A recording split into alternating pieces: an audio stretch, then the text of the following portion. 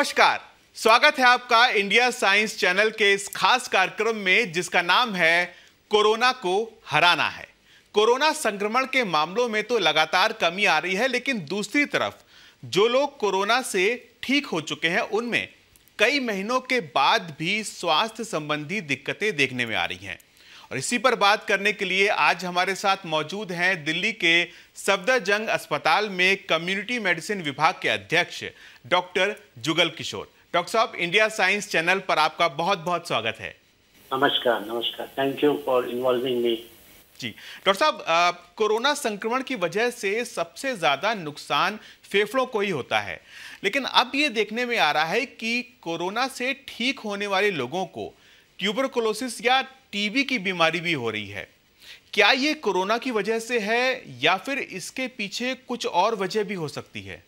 ये आपका जो प्रश्न है बहुत ही इम्पोर्टेंट है और इसके बारे में एज ए मेडिकल पर्सन ये 3-4 महीने पहले ही मेरे दिमाग में आया और मैंने फिर इस पर लिखा भी और सबको सतर्क किया। इसका रीजन ये है कि इसमें 2 रीजन हो सकते हैं कि टीबी क्यों होगी कोविड के अंदर। पहला रीजन ये है कि इसमें लॉकडाउन हुआ, लॉकडाउन के बाद में फिर बहुत सारे हमारे जो एक नॉर्मल हेल्थ सर्विसेज हैं वो बंद हो गई।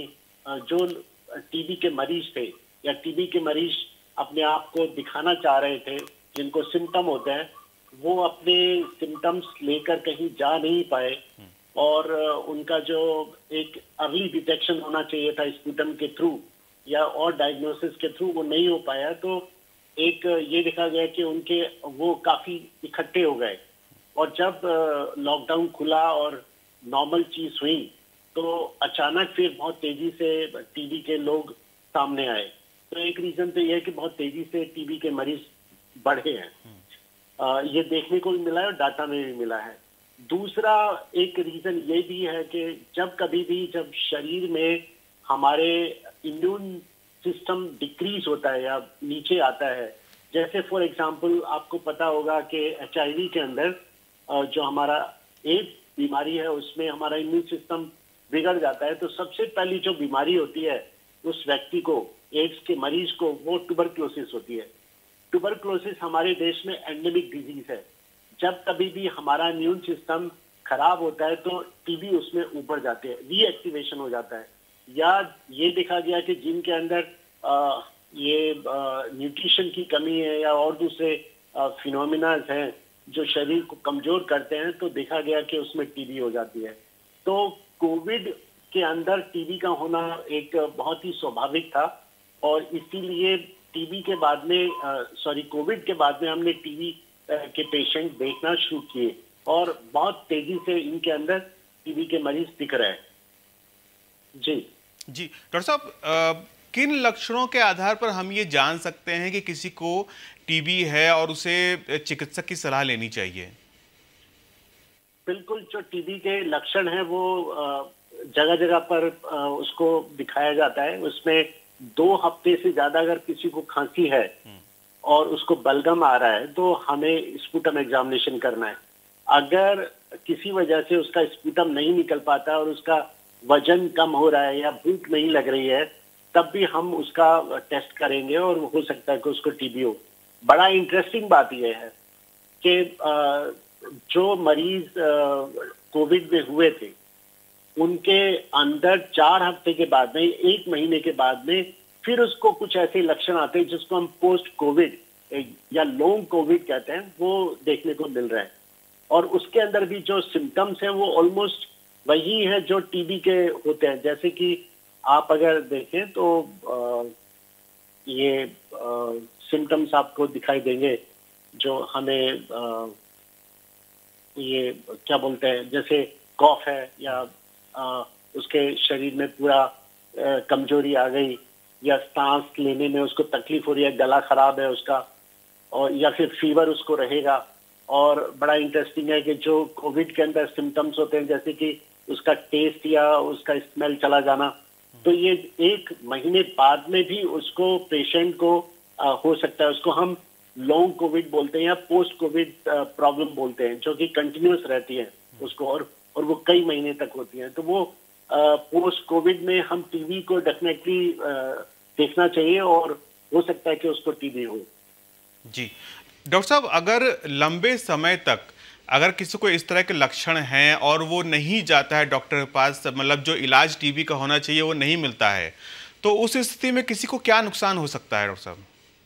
टीबी का ये देखिए कि टीबी से हमारे देश में सबसे ज्यादा डेथ होती है। पूरे वर्ल्ड के अंदर अगर हम देखें तो सबसे ज्यादा डेथ उसकी वजह से होती है, और उसका रीजन ये है कि टीबी का जो इलाज है वो अगर डिले हो जाए या वो ठीक से इलाज ना करे, या देखा गया कि वो मन से अगर इलाज करता है कि जैसे उसने कुछ दिन लिया कुछ दिन छोड़ दिया, तो उसको रेजिस्टेंस टीबी हो जाती है और वो फिर उसको जो हमारे पास में दवाएं वो काम नहीं करती, तो हमें फिर सेकेंडरी दवाएं देनी पड़ती है और पता चलता है कि वो भी काम नहीं कर रही हैं, तो डेथ उनमें होती है। इसमें टीबी के अंदर डेथ होने का मेन कारण है कि उसका लंग बिल्कुल खराब हो जाता है, उसमें सांस लेने की प्रक्रिया जो है वो खत्म हो जाती है और उसकी डेथ होती है। तो निमोनिया एक बहुत बड़ा रीजन है, उसके अंदर बड़ी बड़ी कैविटीज बन जाती है, पूरा लंग खराब हो जाता है और उसमें जो एक ऑक्सीजन का आदान प्रदान होना चाहिए वो नहीं हो पाता, तो डेफिनेटली पूरे शरीर पे उसका असर पड़ता है अगर ऑक्सीजन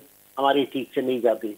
और वही रीजन है कि नॉट एग्जैक्टली टीबी की तरह, लेकिन अगर हमारा लंग इन्वॉल्व होता है और उसमें ऑक्सीजन की प्रक्रिया ठीक से नहीं होती तो उसकी डेथ होती है, जैसे कि हमने कोविड के अंदर भी देखा। तो दोनों प्रक्रिया एक जैसी है लेकिन अलग है। जी डॉक्टर साहब, क्या कोरोना के बाद सभी लोगों को टीबी की जांच करवाने की जरूरत होती है? ऐसा नहीं है कि सभी को जरूरत है, अगर उसको बाद में कोई प्रॉब्लम नहीं है तो डेफिनेटली जरूरत नहीं है। मैं आपको ये बताना भूल गया कि हमारे कोरोना के अंदर जब इसका मैनेजमेंट हुआ था, ट्रीटमेंट हुआ था, अगर वो मॉडरेट है या माइल्ड भी है या उसको सीवियर इन्फेक्शन हुआ, तो उसको कॉर्टिकोस्टेरॉइड दिए गए और जो प्रेडनिसोलोन है या कई ग्रुप के जो कॉर्टिकोस्टेरॉइड जो इसमें दिए गए उसके प्रॉब्लम को कम करने के लिए, वो कॉर्टिकोस्टेरॉइड इज मेजर रीजन है कि जो इम्यून सिस्टम हमारा डिक्रीज हो जाता है।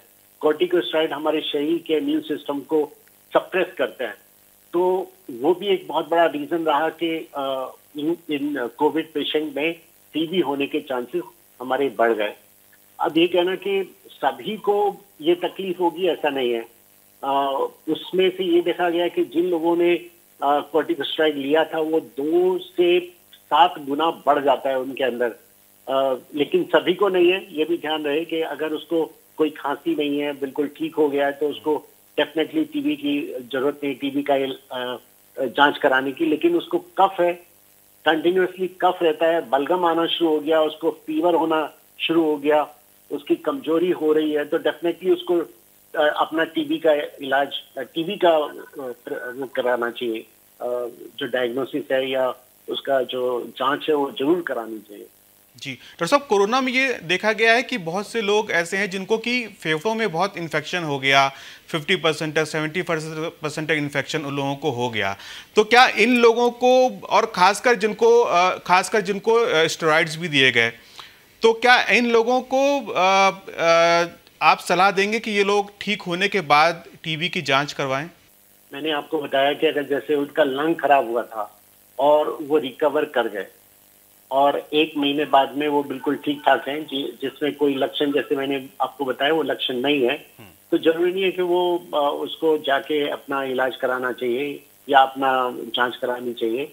जांच आपको डेफिनेटली इस कंडीशन में करानी चाहिए कि उसका जो एक रिकवरी होती है वो रिकवरी हो नहीं पा रही है, उसका फीवर कंटिन्यू चल रहा है या उसको कॉफ है और उसमें बलगम आ रहा है, तो डेफिनेटली उसको जांच करानी चाहिए। अदरवाइज अगर वो बिल्कुल नॉर्मल फील करता है और उसको कोई लक्षण नहीं है तो जरूरी नहीं है। तो ये ध्यान रहे कि लक्षण इसका एक प्रमाण है कि इसको टीबी हो सकती है, ये बहुत जरूरी है। जी डॉक्टर साहब, ये जो पोस्ट कोविड दिक्कतें आ रही हैं, क्या ये समस्या हमेशा के लिए रहेगी? जिन लोगों को कोविड हो चुका है, क्या उनको हमेशा के लिए इस तरह की समस्या आती रहेगी? ऐसा कोई स्टडी नहीं है कि कितने लॉन्ग टर्म तक हमारे को इस तरह का इफेक्ट होगा, ऐसा हमारे पास में कोई डाटा नहीं है। लेकिन डेफिनेटली कुछ परसेंट ऐसे हैं जिनके अंदर रिकवरी 100% ना हो, जिनका लंग बहुत ज्यादा इन्वॉल्व हो गया, तो डेफिनेटली लंग की वजह से उसको प्रॉब्लम रहेगी, सांस में तकलीफ रही या फिर उसको कमजोरी रही, वो कंटिन्यू। और कॉफ भी, क्योंकि उसमें जो हमारा नली है या कहना चाहिए ब्रोंकस है, वो अगर उसका इन्वॉल्व हो गया और उसकी जो लाइनिंग है वो खराब हो गई तो उसको काफी दिन तक कफ रह सकता है। तो 100% नहीं कहना चाहिए, 10 से 15% ऐसे लोग हैं जिनको कंटिन्यूअसली ये प्रॉब्लम रह सकती है। तो इसके लिए ये है कि हमारे को देखना है कि अगर इस तरह का व्यक्ति आता है तो उसको डेफिनेटली पोस्ट कोविड मैनेजमेंट की जरूरत है।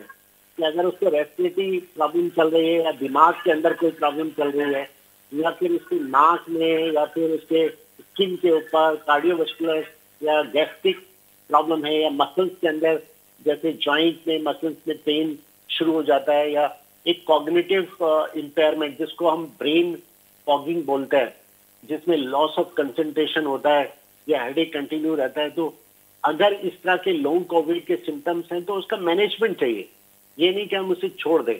अगर उसको रेस्पिरेटरी प्रॉब्लम भी है तो उसका एक मैनेजमेंट चाहिए। तो वो मैनेजमेंट करेंगे तो डेफिनेटली उसका फर्क पड़ेगा। जैसे ब्रेथलेसनेस की मैनेजमेंट होगी या फिर उसके अंदर जो बॉडी के अंदर एक कमजोरी आ जाती है तो उसका हमें स्ट्रेंथ बढ़ानी है।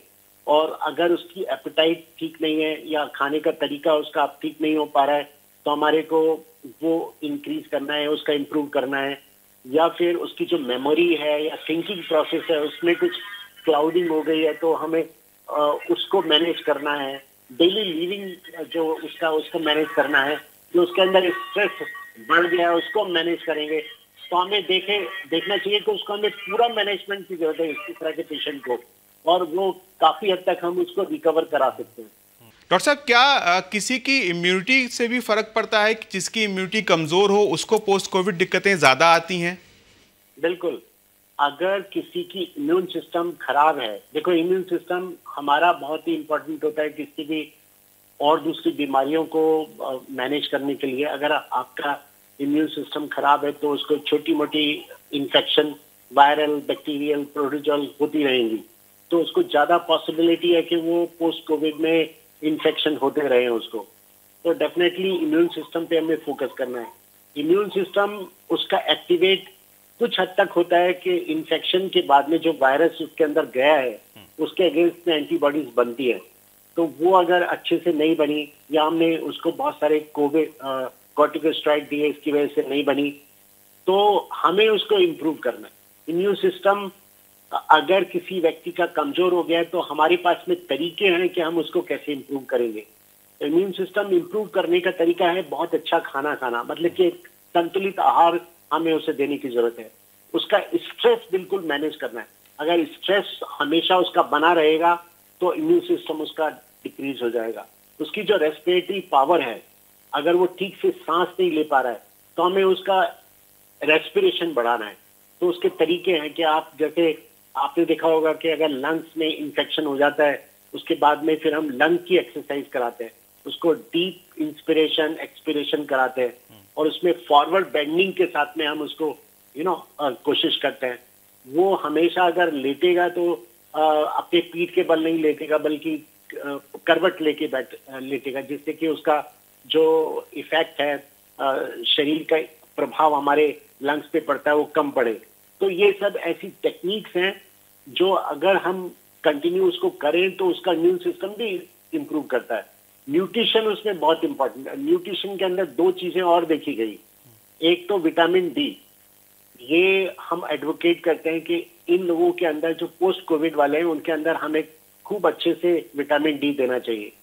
जो हमने बहुत सारे ऐसे लोगों को देखा है जिनका विटामिन डी बहुत ही कम होता है और उनमें कोविड भी ज्यादा होते हैं और कोविड के कॉम्प्लिकेशन भी ज्यादा होते हैं।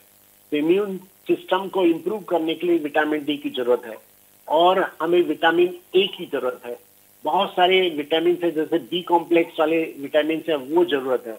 तो अगर हम अच्छे से खाना खाएंगे और उसका ब्लड लेवल देखें कि ये विटामिन कम तो नहीं है तो वो उनको पूर्ति करें, उनका ट्रीटमेंट करें, तो डेफिनेटली उसका इम्यून सिस्टम हम इम्प्रूव कर सकते हैं। डॉक्टर साहब, हम लोग ये देख रहे हैं कि काफ़ी समय से कोरोना के मामलों में बहुत ज़्यादा बढ़ोतरी नहीं देखी जा रही, बल्कि मामले लगातार कम ही हो रहे हैं। तो क्या अब ये कहा जा सकता है कि जिस तीसरी लहर की बात की जा रही थी वो अब शायद ना आए? देखिए, मैंने कभी किसी फोरम पे तीसरी लहर के बारे में नहीं कहा। उसका रीजन ये है कि जब हमारे पास में चौथा सीरो सर्वे आया जो आईसीएमआर ने किया, और वो करीब हमारा जून जुलाई में ही आ गया था, उसी में हमारे को पता चल गया था कि 67% लोगों के अंदर एंटीबॉडीज हैं और डॉक्टर्स के अंदर ये 80% के करीब था। और बड़ी अच्छी बात ये थी कि बच्चों के अंदर ये 50% के करीब था।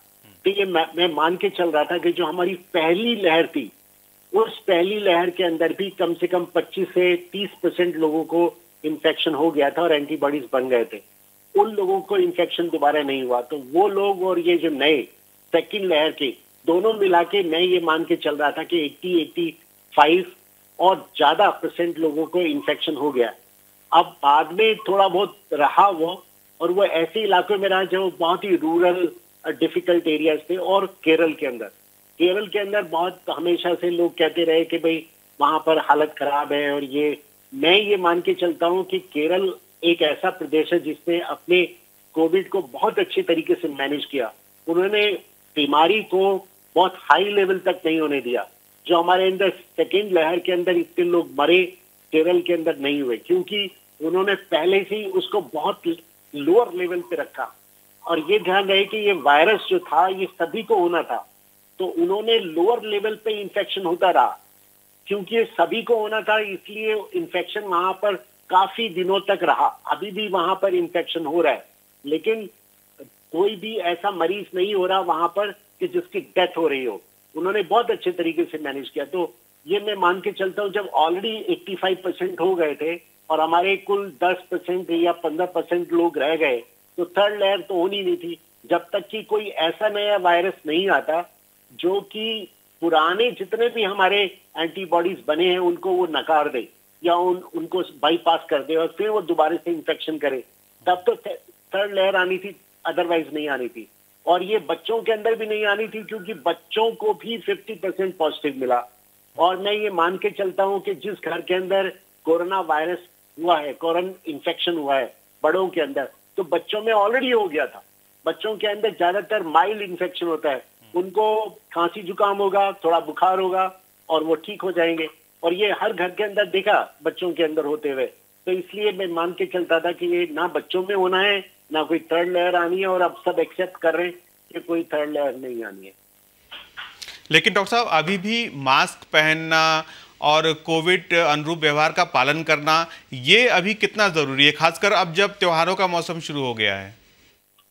ये हम इसलिए कहते हैं क्योंकि अगर कोरोना वायरस किसी भी जगह पर पूरे वर्ल्ड के अंदर है, और ये कई वेरिएंट हैं, डेल्टा वेरिएंट, बीटा वेरिएंट, ईटा वेरिएंट, ये सारे हमारे पूरे वर्ल्ड में कहीं ना कहीं है। देखिए, इन्फेक्शन हुआ था वुहान से, और within a month it was there in the whole world. पूरे विश्व के अंदर ये इन्फेक्शन हो गया। तो ये हम इसलिए हमारे को थोड़ा प्रोटेक्शन की जरूरत है कि अगर वो कोई नया वेरिएंट किसी भी पोर्शन, किसी भी जगह पर हुआ वर्ल्ड के अंदर, तो वो पूरे वर्ल्ड के अंदर फैलने में उसे टाइम नहीं लगेगा। तो इसीलिए हमारे को जब तक कि ये बिल्कुल खत्म ना हो जाए, तब तक हमारे को सावधानियां बरतनी चाहिए। हमने इसके ऊपर विजय प्राप्त कर ली है, और इसको जितना इन्फेक्शन होना था, जितना इफेक्ट करना था कोरोना वायरस को, इसने कर दिया है। अब हमारे को वैक्सीन अवेलेबल है, हमारे को सारे तरीके मौजूद है। तो हमारे को ध्यान देना है कि हम जब तक ये बिल्कुल खत्म नहीं हो जाता, तब तक हम अपने पूरे जो कोविड अप्रोप्रिएट बिहेवियर है उनको अपना के रखें। जी डॉक्टर साहब, वैक्सीन की बात आपने की। वैक्सीन जिन लोगों को लगी थी, कई लोगों को 6 महीने उससे ज़्यादा का वक्त हो चुका है। तो अब ऐसे में बात हो रही है बूस्टर डोज की। क्या अभी बूस्टर डोज की ज़रूरत है, या आने वाले समय में बूस्टर डोज की ज़रूरत पड़ सकती है? मैं अगर अपनी राय करूँ, मैं अपने गवर्नमेंट या उसकी बात नहीं कहता, मैं ये मान के चलता हूँ कि अगर एंटीबॉडीज उसके बिल्कुल खत्म हो जाता है, जो कि बहुत सारे लोगों में देखे, वैक्सीन लगने के बाद में एंटीबॉडीज बनते हैं और फिर वो आहिस्ता आहिस्ता वेनिंग ऑफ होता है और खत्म हो जाता है। अच्छी बात यह है कि इसके अंदर एक ऐसी इसके अंदर ऐसी इम्यूनिटी डेवलप होती है जो टी सेल वाली होती है बी सेल के अंदर। तो टी सेल वाली जो इम्यूनिटी होती है वो लॉन्ग लास्टिंग होती है, और ये देखा गया जिनके अंदर एक बार भी इंफेक्शन हुआ, नेचुरल इंफेक्शन हुआ, उनको दोबारा इंफेक्शन नहीं हुआ।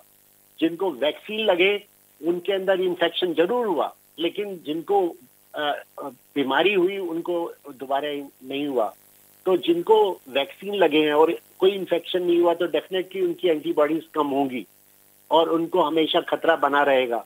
तो हमारे को फिर स्टडी करके देखना पड़ेगा कि वो खतरा कितना बड़ा है, क्या बूस्टर लगाने से वो खतरा कम होगा या नहीं होगा। इस पर रिसर्च चल रही है, उसके बारे में अभी कुछ कहना बिल्कुल गलत होगा। सिर्फ ये कि क्योंकि उसकी एंटीबॉडीज कम हो गई और उसके दोबारा से एक बूस्टर लगा देना चाहिए, ये सिर्फ एक एकेडमिक एक्टिविटी है, कहना चाहिए ये कोई एविडेंस बेस्ड कोई प्रोसीजर नहीं है। तो अभी हम ये नहीं कह सकते कि उसको बूस्टर लगाने की जरूरत है। जी, तो डॉक्टर साहब बहुत बहुत धन्यवाद हमारे साथ बात करने के लिए और इतनी उपयोगी जानकारी हमारे साथ साझा करने के लिए। तो कोरोना को हराना है कि आज के एपिसोड में इतना ही। अगले हफ्ते हम फिर हाजिर होंगे, तब तक आप कोविड अनुरूप व्यवहार का पालन करते रहिए, वैक्सीन ज़रूर लगवाइए और विज्ञान से जुड़े रोचक कार्यक्रमों और विश्वसनीय जानकारियों के लिए देखते रहिए इंडिया साइंस चैनल। नमस्कार।